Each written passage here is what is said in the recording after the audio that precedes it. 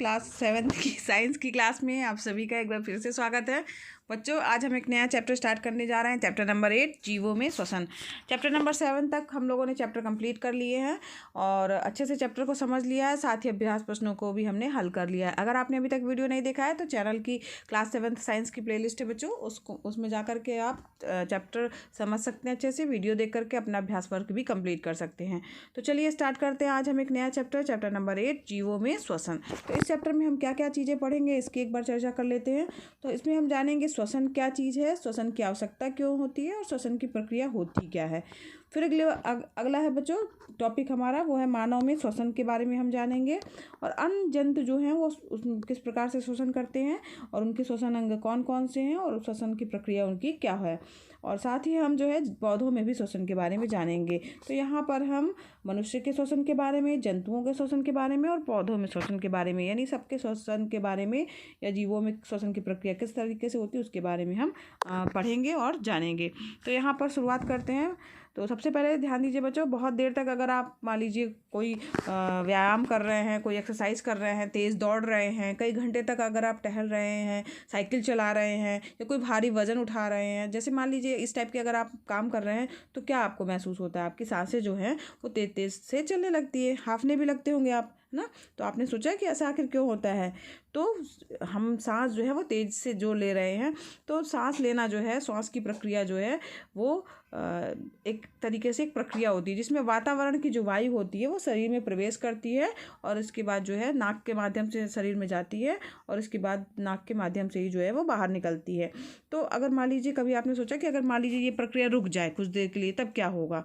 जैसे कभी कभी ऐसा आपने महसूस किया होगा कि भीड़ भाड़ वाली जगह है ना, ये जाम में फंसे हुए हैं और बहुत उलझन होने लगती है कुछ देर बाद हमें, तो लगता है कि हम जल्दी से वहाँ से निकल लें। या कई बार होता है कि मुंह पर कपड़ा अगर आपने बांधा है या कुछ समय के लिए आप सांस रोकने की कोशिश करते हैं, तो लेकिन कुछ ऐसा ज़्यादा देर तक आप कर नहीं सकते हैं। क्यों? क्योंकि हमारे शरीर को जो है निरंतर ही ऑक्सीजन की आवश्यकता होती है या वायु की आवश्यकता होती है, जो सांस के द्वारा ही शरीर में हमारे प्रवेश करती है और बाहर निकलती है। यहाँ जो चित्र देख रहे हैं बच्चों, इसमें देखिए हर कार्य हो रहा है, पढ़ रहा है व्यक्ति, खेल रही है और एक कपड़े धो रही हैं मम्मी, सो रहे हैं। मतलब श्वसन की प्रक्रिया जो है एक तरीके से कहा जाए कि निरंतर चलती ही रहती है, चाहे हम वो कभी भी रुकती नहीं है। चाहे हम सो रहे होते तब भी श्वसन की प्रक्रिया जो है या सांस लेने की प्रक्रिया जो है वो चलती रहती है। तो अब हम जानते हैं कि श्वसन होता क्या है वास्तव में। तो वातावरण की जो ऑक्सीजन से युक्त वायु रहती है वो नाक से फेफड़ों तक जो है वो पहुंचने की क्रिया को ही क्या कहा जाता है? श्वसन या निःश्वसन कहा जाता है।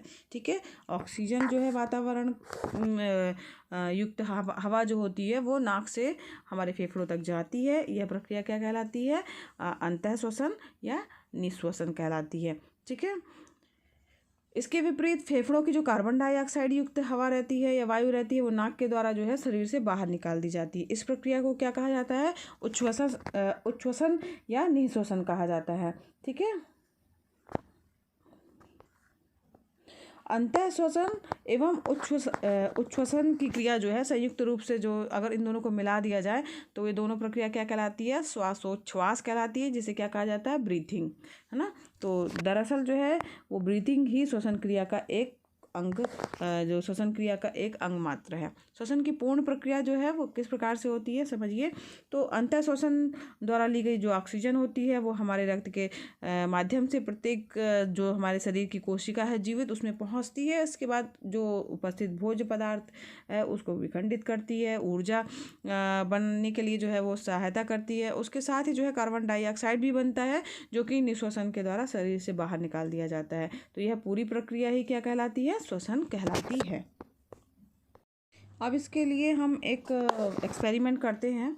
तो इसके लिए जो है क्या करिए, अगर आप परख नली है, ठीक है, तो यहाँ पे आप देख रहे होंगे एक परख नली है, उसमें चूने का पानी लिया गया है। तो इसमें एक स्ट्रा रख दी गई है। अब स्ट्रा में जो है जो एक ये देखिए यहाँ जिसमें से पीते हैं, तो यहाँ पर जो देख रहे हैं इसमें स्ट्रा में जो है हम फूंक मारते हैं। तो आप देखेंगे कि जो इसके अंदर बर्फ नली के अंदर चूने का पानी भरा हुआ है, ये कैसे रंग का हो जाता है, दूधिया रंग का हो जाता है। तो ऐसा होता क्यों है वास्तव में, क्योंकि जब हम ऑक्सीजन वो मुंह से जो है फूंक मार रहे हैं तो उसमें कार्बन डाइऑक्साइड जो होती है वो निकलती है ना। तो इससे ये निष्कर्ष निकलता है कि जो श्वसन होता है, मुंह के द्वारा जो सांस निकाली जाती है, उस प्रक्रिया में क्या होता है, कार्बन डाइऑक्साइड गैस जो है वो बाहर होती है। ठीक है, तो ये इससे निष्कर्ष निकलकर सामने आया, हम ऑक्सीजन लेते हैं और कार्बन डाइऑक्साइड गैस को बाहर छोड़ते हैं। अब हम बात करते हैं श्वसन दर की।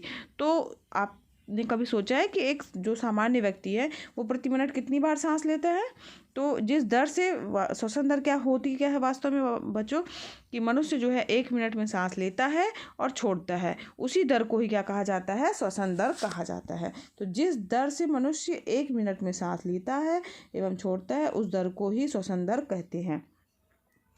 विराम अवस्था या सामान्य स्थिति में व्यक्ति जो है औसतन 1 मिनट में कितनी बार सांस लेता है, 15 से 18 बार सांस लेता है और छोड़ता है। अधिक श्रम वाला कार्य करने में जो श्वसन दर जो होती है वो 25 बार प्रति मिनट तक बढ़ सकती है। अगर मान लीजिए कोई ऐसा कार्य कर रहा है अधिक श्रम वाला है, तो उसमें सांस लेने की दर जो है वो बढ़ जाती है, ऑक्सीजन ज़्यादा मात्रा में हमारी बॉडी में चाहिए होती है। ठीक है, तो जब आप कोई शारीरिक कार्य करते हैं, जैसे दौड़ते हैं, कसरत करते हैं, सीढ़ी चढ़ते हैं, है ना, तो इन सब में क्या होता है बच्चों, उतरते हैं, तो श्वसन दर क्या होती है, आपने देखा कभी सामान्य रहती है क्या? तो श्वसन दर क्या होती है इस टाइम पे, वो बढ़ जाती है ना, सामान्य नहीं रहती है, क्योंकि हम दौड़ रहे हैं, तेज़ी से सीढ़ियों पर चढ़ रहे हैं, उतर रहे हैं, तो श्वसन दर जो होती है वो सामान्यतः एक जैसी नहीं रहती है। तो कुछ क्रियाकलाप करके हम देखते हैं कि किन जो परिस्थितियाँ उसमें श्वसन दर कितनी बढ़ जाती है।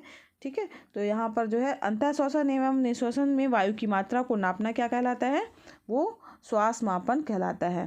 ठीक है, तो ये भी कभी कभी इंपॉर्टेंट चीज़ है, ये भी आ जाता है। अंतः श्वसन एवं निश्वसन में वायु की मात्रा को नापना कहलाता है, तो श्वास मापन कहलाता है। इसे श्वास मापी यंत्र के द्वारा नापा जाता है, स्पायरोमीटर के द्वारा। ठीक है, तो ये यहाँ पर ये भी इम्पोर्टेंट है कि स्पायरोमीटर के द्वारा क्या नापते हैं, तो उसके द्वारा सांस नापी जाती है। ठीक है, अब श्वसन की आवश्यकता क्यों है, भाई क्या ज़रूरत है, श्वसन क्यों प्रक्रिया आवश्यक है? तो सांस अगर मान लीजिए अंतः श्वसन में ली जाने वाली ऑक्सीजन जो है, आपने सोचा कभी कहाँ से आती है? तो जो प्रकृति में ऑक्सीजन है उसका ज़्यादातर सारा हिस्सा जो है लगभग कहाँ से प्राप्त होता है, पौधों के माध्यम से। जब प्रकाश संश्लेषण की क्रिया होती है तो ऑक्सीजन मुक्त होती है, और यही ऑक्सीजन जो है हम श्वसन में लेते हैं और कार्बन डाइऑक्साइड गैस को छोड़ते हैं। और जो हमारे द्वारा छोड़ी गई कार्बन डाइऑक्साइड गैस है उसका पौधे अपना भोजन बनाने में प्रयोग करते हैं। इस प्रकार से जो है वायुमंडल में ऑक्सीजन तथा कार्बन डाइऑक्साइड की निरंतरता जो है वो बनी रहती है। ठीक है, तो अब यहाँ पर अब शरीर में सारी प्रक्रियाएं जो है सुचारू रूप से होती रहें, इसके लिए ऊर्जा की जो है निरंतर आवश्यकता होती रहती है। और ये ऊर्जा हमें भोजन के विखंडन से मिलती है। भाई खाना खाने से ही तो हमें ऊर्जा मिलती है, और भोजन का जब विखंडन होता है उससे हमें ऊर्जा मिलती है। तो भोजन में जो उपस्थित जटिल अणु होते हैं बच्चों, उसका सरल अणुओं में टूटना ही भोजन का विखंडन कहलाता है। ठीक है, तो कोशिका के अंदर जो भोजन होता है, जिसको कहा जाए ग्लूकोज, वो श्वसन की क्रिया में ली गई ऑक्सीजन का प्रयोग करता है और उसके बाद कार्बन डाइऑक्साइड एवं जल में विखंडित हो जाता है। तो यहाँ पर उसके बाद क्या होता है, ऊर्जा जो होती है मुक्त होती है। तो यहाँ पर आप एक क्वेश्चन देख रहे होंगे, ये देखिए, ग्लूकोज, उसमें ऑक्सीजन मिलता है तो क्या बनता है, कार्बन डाइऑक्साइड गैस बनती है, जल होता है, निकलता है और ऊर्जा जो है वो मुक्त होती है। ठीक है, तो इस प्रकार से ये प्रक्रिया होती है। अब हम बात कर लेते हैं कि मानव के श्वसन तंत्र के बारे में। तो मनुष्य के जो श्वसन तंत्र है बच्चों, उसमें जो है कई अंग शामिल होते हैं, जिसमें नासाद्वार हो गया, नासा गुहा हो गई, ग्रसनी हो गई, श्वास नली हो गई और फेफड़े हो गए। तो इस प्रकार से मानव का श्वसन तंत्र जो है वो बना हुआ है। इनके सबके अलग अलग कार्य हैं बच्चों। इन सभी के कार्यों के बारे में और मनुष्य के श्वसन के जो विभिन्न भाग हैं उनके बारे में हम डिटेल से नेक्स्ट वीडियो क्लास में पढ़ेंगे। आज के लिए बच्चों बस इतना ही। अगर पढ़ाना पसंद आ रहा हो तो वीडियो को लाइक कीजिएगा, चैनल पर नए बच्चों तो चैनल को सब्सक्राइब कीजिए। ये वीडियो क्लासेस फ्री हैं तो आप भी लाभ लीजिए, अपने फ्रेंड्स को भी शेयर कीजिए ताकि वो भी इसका लाभ ले सके। और हाँ बच्चों, बेल आइकन दबाना मत भूलिएगा, नहीं तो आपको नए वीडियो का नोटिफिकेशन सबसे पहले नहीं मिलेगा। धन्यवाद बच्चों, मिलते हैं नेक्स्ट वीडियो क्लास में।